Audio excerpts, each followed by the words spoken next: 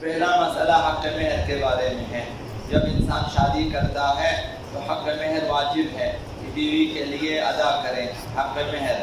اور بیوی مالک ہے اور شوہر کو چاہیے کہ حق مہر ادا کرے یا اپنے لیے ان سے اجازت لے لے اور معاف کرائے۔ تو حق مہر جو شوہر سے ملتا ہے بیوی کو، اور اس پر خمس واجب نہیں ہے جتنے سال بھی رہیں اس کے پاس، 1 لاکھ 5 لاکھ 10 لاکھ 20 لاکھ جو آج کل مثلا حق مہر رکھتے ہیں وہ اپنے شوہر سے وصول کریں اور اپنے اکاؤنٹ میں رکھیں، جتنے سال بھی رکھیں اس پر خمس واجب نہیں ہے۔ اور دوسرا مسئلہ، مرد جو ہے کبھی طلاق خلعی لے لیتا ہے بیوی سے۔ طلاق خلعی میں مال شرط ہے کہ انسان جو ہے یا بیوی جو ہے وہ شوہر کو مثلا مال دے دے، اور اس کے عوض شوہر طلاق خلعی دے دیتا ہے، تو وہ مال، وہ رقم جو شوہر بیوی کی طرف سے خلع میں لے لیتا ہے اس پر خمس واجب نہیں ہے جتنے سال بھی رہیں۔ تو طلاق خلعی کے عوض ملنے والے مال پر خمس واجب نہیں ہے۔ اور تیسرا دیت کے بارے میں ہے۔ دیت وہ شرعی جو ہے ایک رقم ہے کہ جو مثلا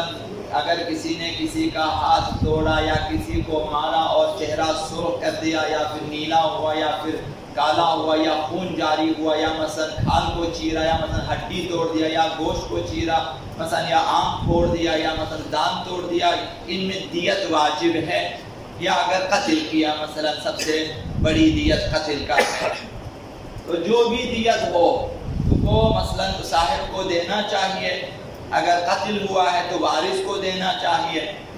تو وہ شرعی دیت جو کسی کو ملے،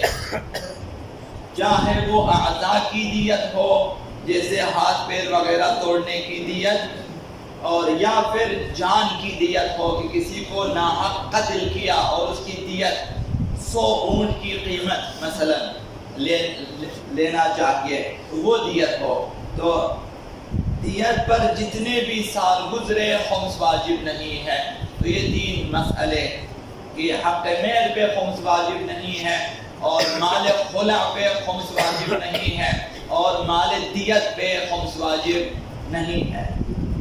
چاہے جتنے سال بھی گزرے۔ حضرت آقا رسول خدا صلی اللہ علیہ وسلم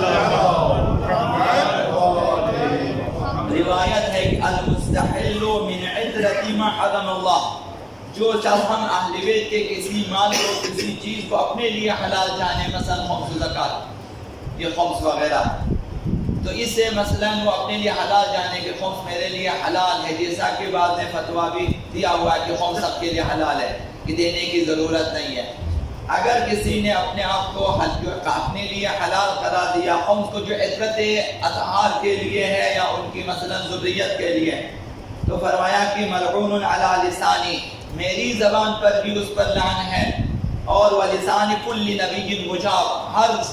جو ہے ہر مستجاب الدعویٰ نبی کی زبان پر وہ لعن شدہ ہے، نفرین شدہ ہے۔